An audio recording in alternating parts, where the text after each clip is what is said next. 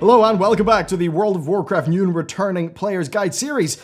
World of Warcraft is a social game. It's a really social game. Community has been the backbone of it since launch, so today I'm going to get you up to speed on the social features of World of Warcraft. We're going to kick it off with guilds. So guilds are probably the most recognizable and well-known social structure in World of Warcraft.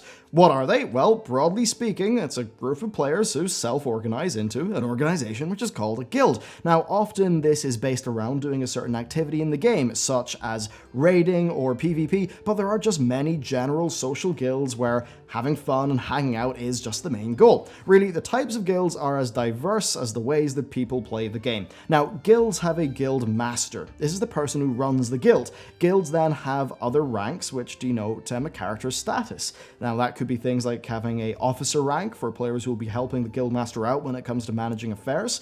And then guilds have their own chat channels, and you can check those out by pressing the J key, which is the guilds and communities panel. So here you can view information about the the guild that you're in, and you can customize various different settings. As an example, do you want guild chat to be down your regular chat box on the left of the screen, managing your notifications, things like that. Then guilds actually also work with calendar events, and that means that guild events can be managed through your in-game calendar, which makes it really easy to organize what you're doing in the game. So that's all great, but how do you actually join a guild? Well, first, you can only join a guild that is on your server and is of your faction.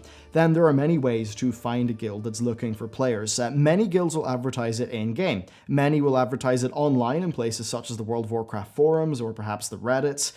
Many top-end players who are interested in finding a raiding guild will go to a third-party resource like WoW Progress, and they'll kind of get a feel and see, what are the raiding guilds that are on my server? So the best place is probably to start with your existing social circle. Does anyone who you know play in a guild? Past that, look at those places. Maybe if you're doing a dungeon or a battleground and you're having fun with a bunch of people who are from the same guild, maybe you could ask them if they're recruiting. It is a bit of upfront work to get into a guild. You've got to network with people, but I really think it is worth the effort because the game is just so much fun when you're playing with a group of people who you like and you're all working towards the same goals. It's really the glue that holds it all together. Now, that is a pretty big official feeling thing, but there is actually something that could help you out with that in Battle for Azeroth, and that is community. So these are a new social feature in this expansion, and they're essentially they're less committal than a guild.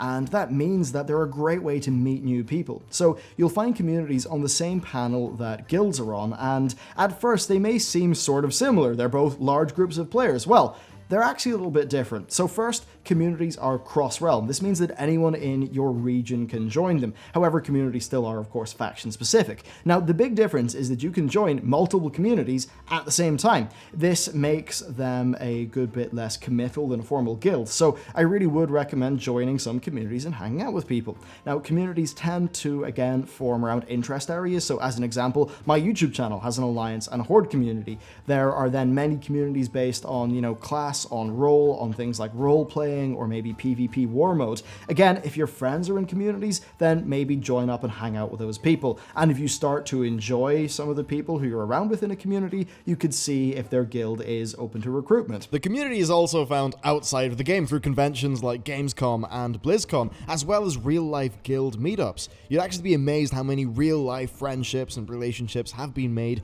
through World of Warcraft. So that's guilds and communities covered. They're two of the game's main social features. So let's talk about multiplayer social content. And we'll kick it off with dungeons. Dungeons are 5-player content. I covered them last week in a leveling context. Once you hit endgame, things are just a little bit different. So dungeons are available on 4 different difficulty modes. We've got normal, heroic, mythic, and mythic plus. Now, normal and heroic dungeon groups, they are most often found by using the looking for dungeon system, which I covered last week.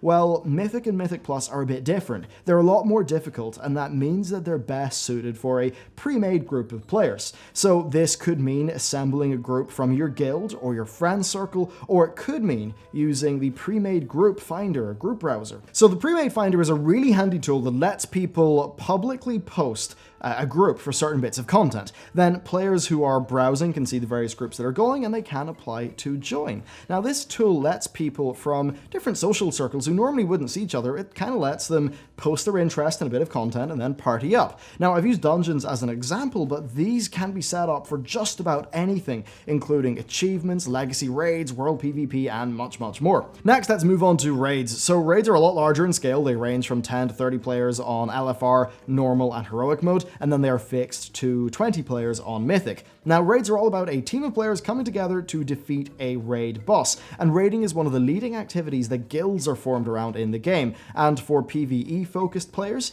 they are really a large part of the end game of World of Warcraft. Now you can queue up for an LFR raid using the LFR or looking for raid system. This will matchmake you with other players just like what the looking for dungeon system does for dungeons. However, normal, heroic, and mythic modes do require a fixed group, and you'll often see that the pre-made group finder has listings available for normal and heroic raid difficulties. However, mythic is very challenging, that mostly is done by gilded players.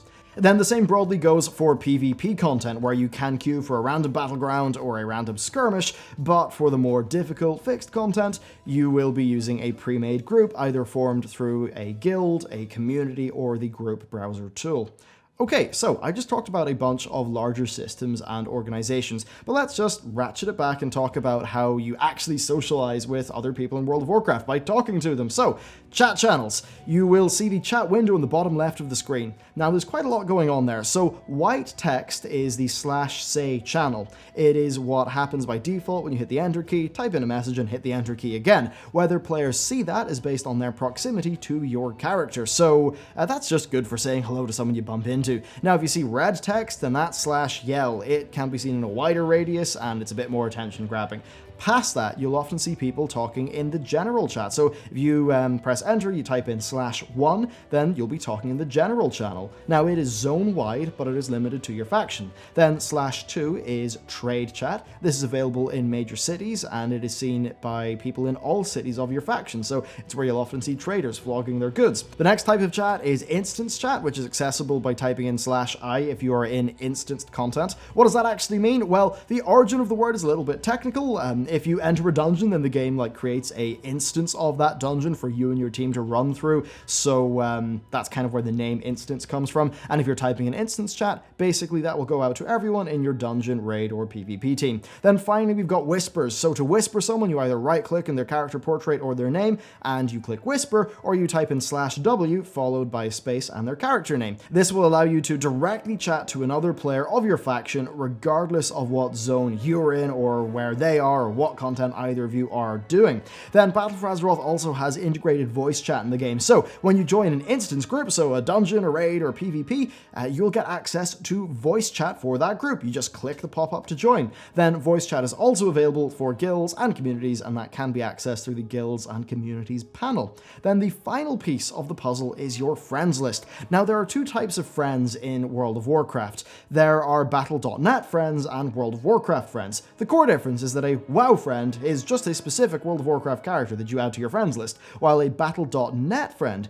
is someone who you've added their Battle.net account. So if they're a Battle.net friend, then you'll be able to see them and talk to them if they're, say, playing another Blizzard game, and you can even chat to them using the normal BNet client. Now, WoW friends can be talked to just using the in-game whisper system. So there you go, that is the social features of World of Warcraft. There's quite a lot here, and more so than anything in the game, I just recommend you invest time in this stuff, because making friends and finding groups of people to play with, it's really what makes World of Warcraft special, and it can lead to real life friendships and a lot of really cool things, so I recommend you do it. Anyway, with that, thank you very much for watching, and I'll see you again in the next episode.